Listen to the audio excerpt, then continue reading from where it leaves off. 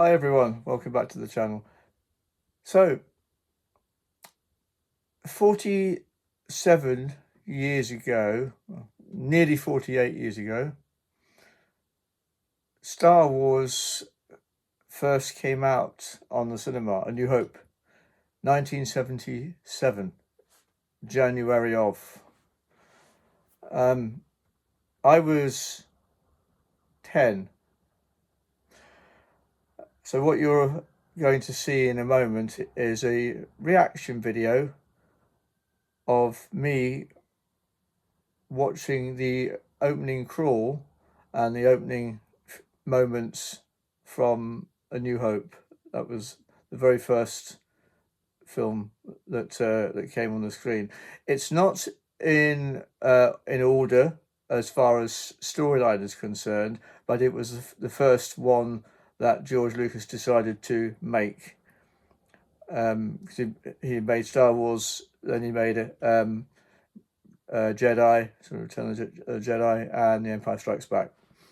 That was the original trilogy.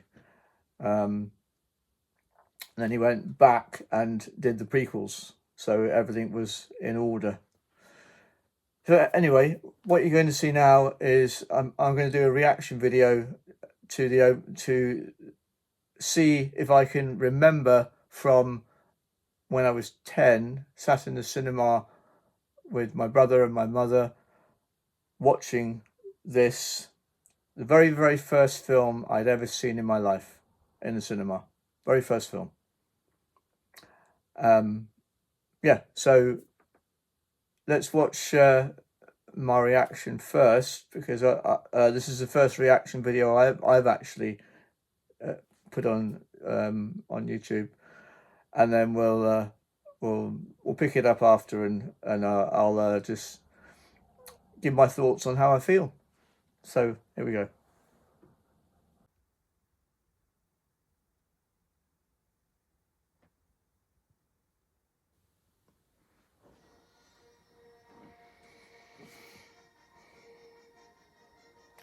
I love the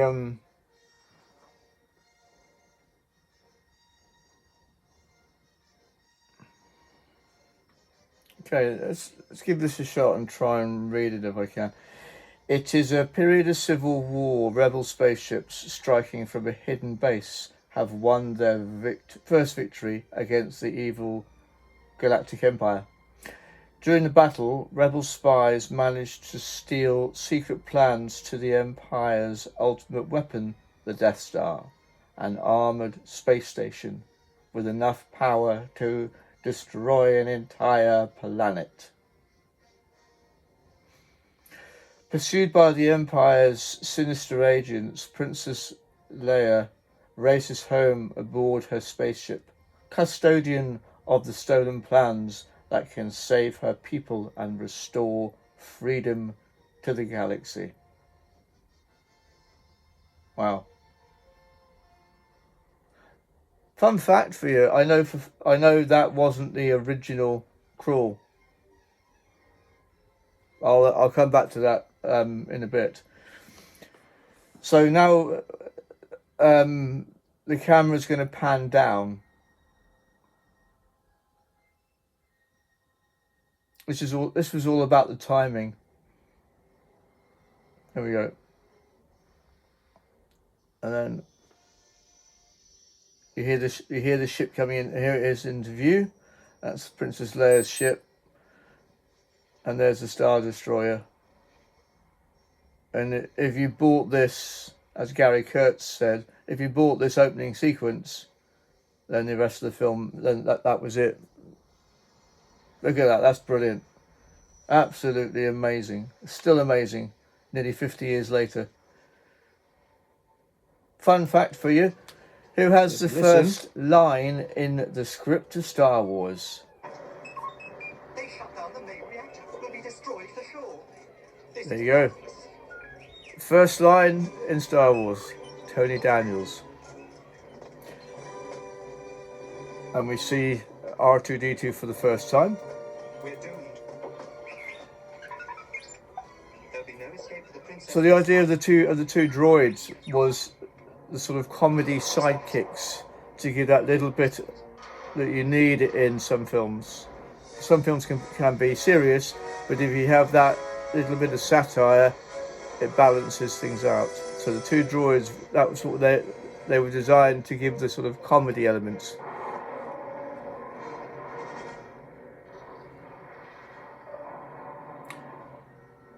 A lot going on in this scene. First time we see the blasters.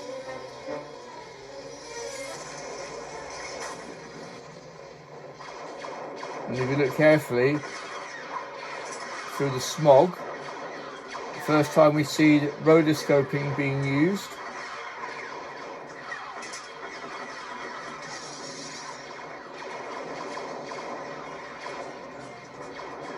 Here come the stormtroopers for the first time. And in a moment, the entrance of Darth Vader. Well, Anakin Skywalker, who is seduced by the dark side and becomes Darth Vader. The actor inside, I'm still amazed that neither of those actually got hit. Every time I see that. Here comes Dave Prowse, former bodybuilder, inside the costume. What you're about to see is my all-time favourite blooper in a film. If you're a Star Wars fan, you'll know what I'm talking about. If you're not a Star Wars fan, it's 3 stormtroopers enter.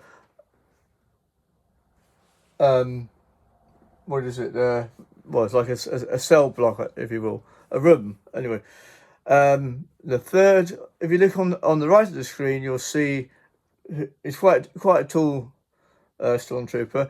He actually hits his head on the ceiling, and George Lucas didn't delete it. Reason being, he wanted to keep the film It humanized the scene. It made the scene real, for starters. Even if they miscalculated the height of the stormtrooper, it doesn't matter. It's brilliant. It's brilliant. It's that brilliant. It is that brilliant. They even added and enhanced the sound effect, which you'll see. It's brilliant. So look out for it in just a second. Before we go into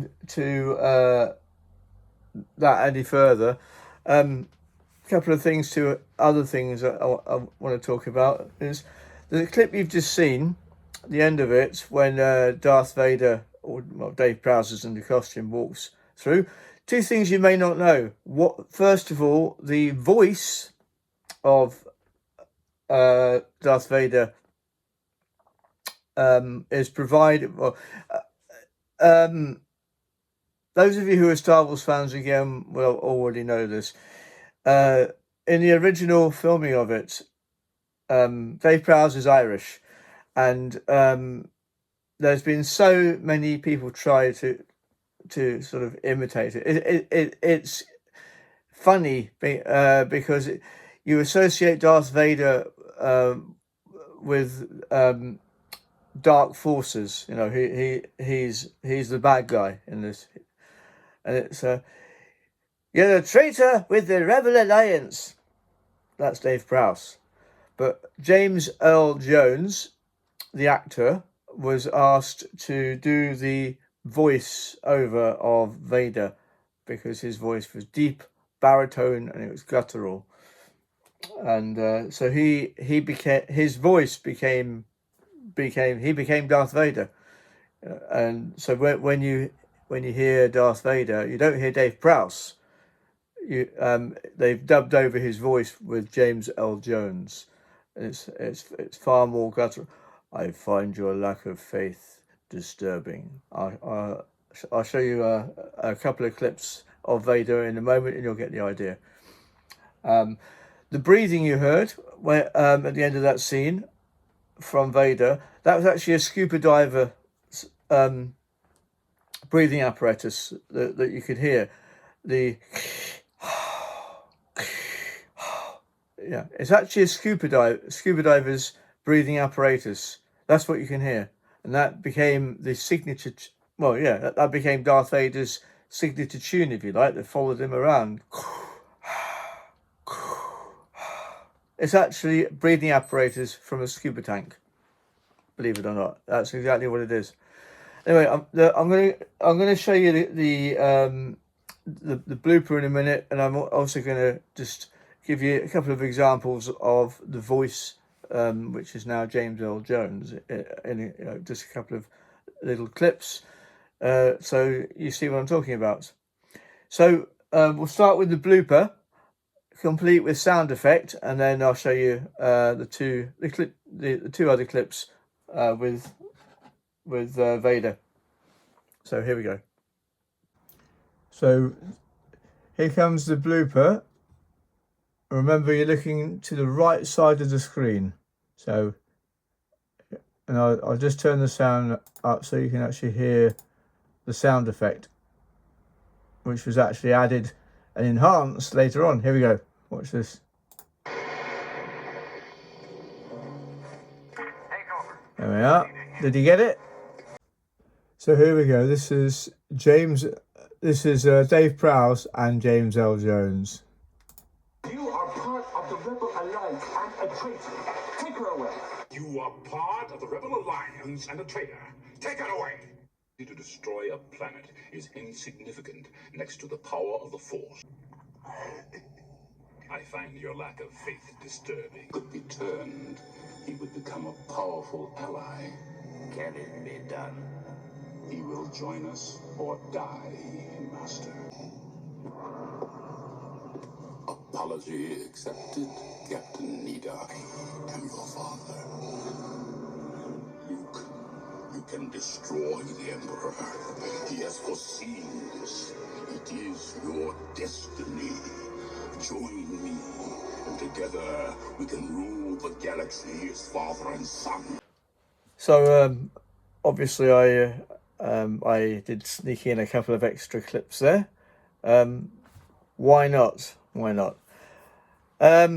So you noticed in that series of clips of Vader, not only could you hear the change in voice from Dave Prowse to James Earl Jones, but you saw Vader does actually have a sense of humour. Like he killed one of his own officers for stupidity, and it was a apology accepted, Captain Nida. You know who does that? Darth Vader does that. So it might be a bit outlandish and out there, but he has a sense of humour. In there he is human. Even though he's more machine than man, which is a quote from that's one of Obi-Wan Kenobi's lines, played by the late Sir Alec Guinness. But yeah, it shows all the different sides of Vader, from his evil side to his human side, and everything down the middle. So that, I just wanted to point that out. It introduces the evil Lord. He's a Sith Lord, and he mentioned the Emperor, and you saw a clip of, or rather, you saw a hologram of the Emperor, and that introduces another character in the film, which you get to know better later on as the story progresses. But I don't want to veer off subject. The subject is my initial reaction to the opening of A New Hope, which was the whole point of this video. But you got glimpses of what the first trilogy was all about. There's little snippets of the story, but that was the sole purpose of that, was just to show you the change in his voice, in Darth Vader's voice. That was all that. But there are little snippets of the storyline in there too. So that was my my reaction video 40 something years later. How do I feel about it? Quite emotional, really. I was well, you know, when I saw that clip back, um, you know, it was, I was close to crying. It was quite emotional. So it was a happy experience, um, sharing a cinema with my brother and my mother for the very first time. You know, and all these years later, yes, I can still sort of remember how I felt from never knowing what Star Wars was to now being a fanatic about Star Wars, which I am. And if you have never seen any of the Star Wars films, I would recommend you seeing A New Hope. That was the first film he brought out, and it tells the story of Luke Skywalker. I mean, small fun fact for you: he was originally called Luke Starkiller in the original script, and the original, as I mentioned earlier on in this video, the crawl that you saw, that wasn't the original crawl. The original one was longer and worded differently. They adapted it because they had to for the story, because Lucas changed the name from Luke Starkiller to Luke Skywalker, so that they had to change the crawl altogether, and it went on for too long anyway. And I think they just about got the crawl correct. It was just long enough, not too long, not too short, but it was long enough that it told the story and introduced you to some of the characters, including Princess Leia, who, if you watch A New Hope all the way through, that introduces her story as well. So you see you see all the main characters are gradually introduced in A New Hope. But I'm sticking on point with this. I remember watching it, and I remember still loving it today as much as I did when I didn't even know what it was back then, but now I do. Yeah, and as I say, I did tear up.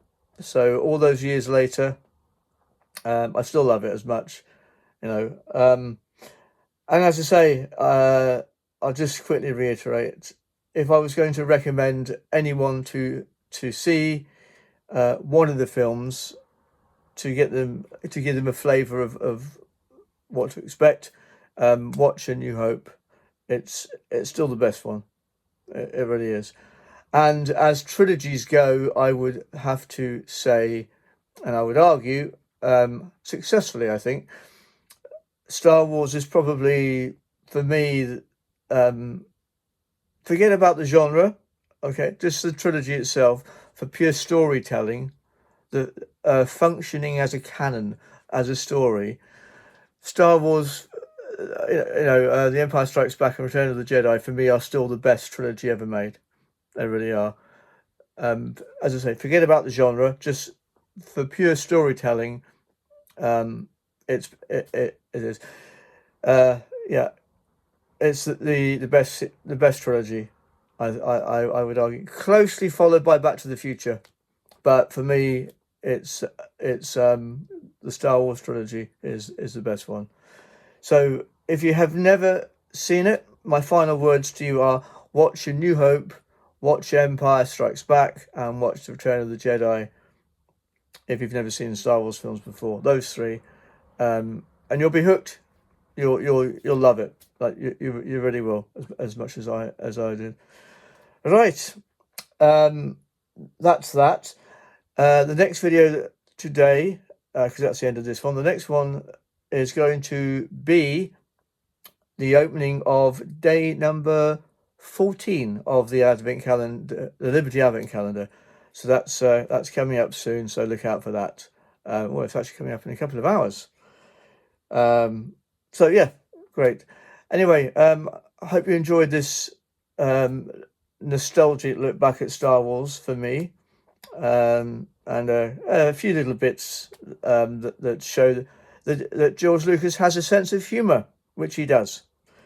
So have a magical day wherever you're watching this in the world, and I'll see you for the next video, which is the Advent Calendar video. Okay, bye for now. And slight change to the end. I'm not going to say cue the fireworks. I'm simply going to say, may the force be with you. Bye for now.